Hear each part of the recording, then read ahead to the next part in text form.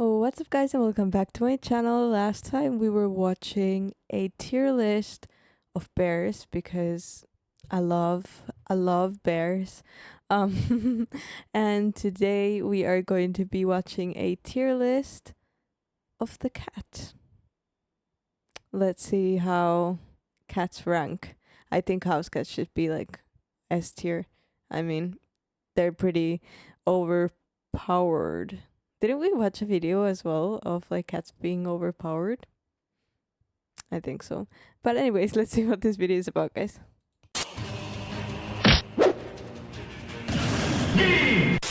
Right, so in my video on dinosaur builds, I casually referenced the fact that cheetahs are low tier, which ended with me getting a ton of comments from angry cheetah mains asking me to explain myself.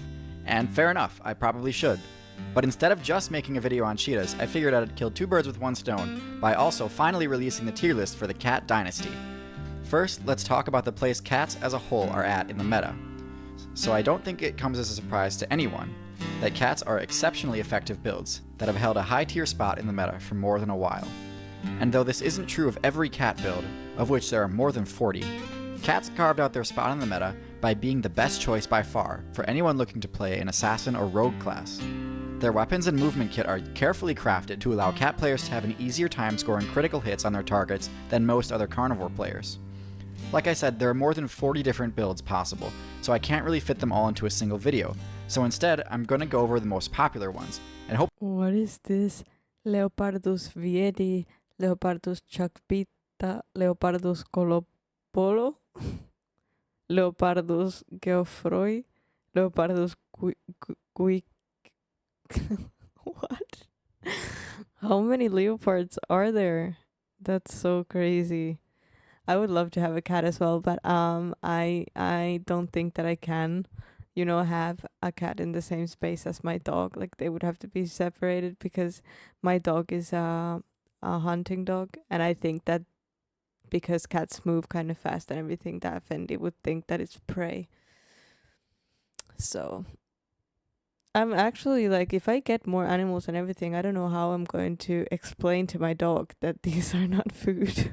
Hopefully the way I analyze them will help you make your own call if you're interested in one of the less popular builds. So anyways, I'm going to start from the bottom of the tier list and go up from there. Right at the bottom, we've got the cheetahs. They have the highest movement speed of any land build, which is definitely an impressive title to hold. When it comes to scoring kills on builds with high mobility like gazelles, antelope, and ostriches, there are a few better at it than the cheetah. But while this works against those particular targets in that particular situation, it serves no purpose when it comes to actually defending the kill. And as a result, a high percentage of the kills a cheetah gets end up getting stolen by lions and hyenas. Cheetahs need higher power and defense stats to actually be able to reap the benefits of their high mobility. The cheetah's inability to defend itself makes the early game extremely difficult for new cheetah players too. High-level players can't prevent stronger builds from griefing the new cheetah players, and as a result, very few cheetahs even reach the late game where they can abuse their high mobility stat. Long story short, F tier because they get bodied way too hard by competing builds. In D tier we've got the Lynx.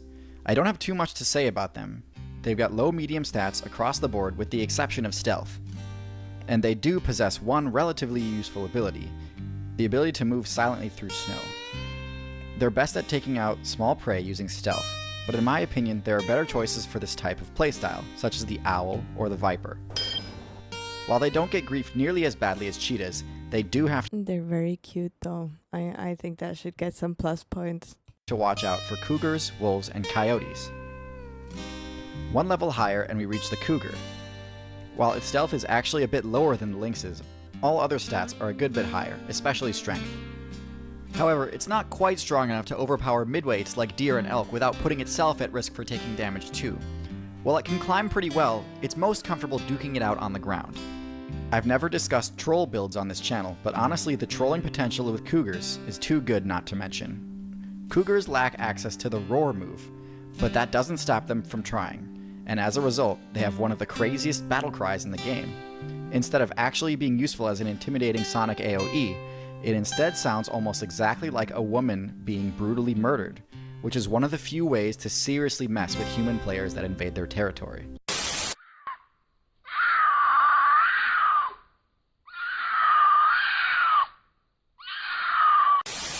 There are two main I wonder how many videos of like these, like, you know, when they make the videos like, oh, coast caught in the woods, or and it like you can hear screaming.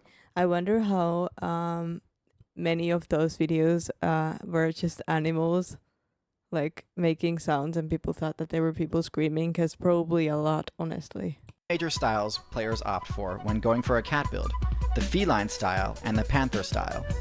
All of the builds so far have been in the feline style, which generally has higher mobility but lower strength. Panther style cats, on the other hand, are stronger, bulkier, and also have access to the panther signature move, Roar. So we're finally going to switch gears over to the panther builds as we continue up the tier list. The leopard You can't put music like that and pretend that I can concentrate. build is the next rung up on the tier list, being Africa's premier solo rogue class. Of the panther style builds, this is the smallest. This offers the leopard players maximum mobility while climbing, a trait they use to the fullest. While it is definitely stronger than the cheetah, it is still no match for gank squads like lions and hyenas. But unlike the cheetah, leopards actually have a way to avoid getting their kills stolen.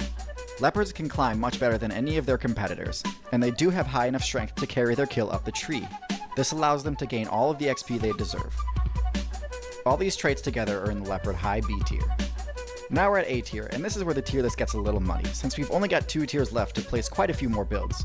If I'm being honest, even though I placed leopards in B tier, the snow leopard players, with their extra stealth bonus, have a strong argument for A tier. Anyways, at the bottom of A tier, we have the largest of the cats, the tiger.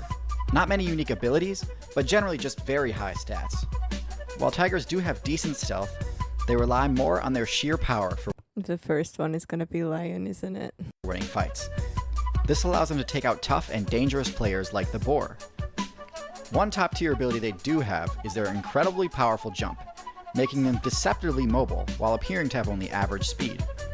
Overall, if the tier list was simply about who would win in a one-on-one fight, tigers would be S tier, no doubt. Unfortunately, that isn't the case, because even though they'd lose in a one-on-one fight with a tiger, lions are undoubtedly more viable overall. If you watch my videos a lot, you know I see coordinated attacks as one of the most overpowered strats in the whole game, and lions are basically the poster child for coordinated attacks. So far, most of the other cats we've talked about all generally target players playing squishy targets, but lion players are some of the only ones bold enough to deliberately attack a tank. Their highly organized parties they form allow them to control entire sections of the map, and their defined roles prevent leeching and also protect newer players from gankers.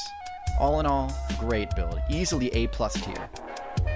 And finally, we've reached the top tier, the build that embodies everything excellent about the cat dynasty, the Jaguar. Jaguars are the absolute best build in the entire game when it comes to one-shotting players with a critical hit. They have the most damaging bite of any of the cats, enough to pierce armor, and their incredible accuracy lets them nail their target right in the weak point, the back of the head. They may not have the raw stats that the lion and tiger do, but they more than make up for it with their special abilities. The most important is their incredible eyes, which negate all stealth bonuses.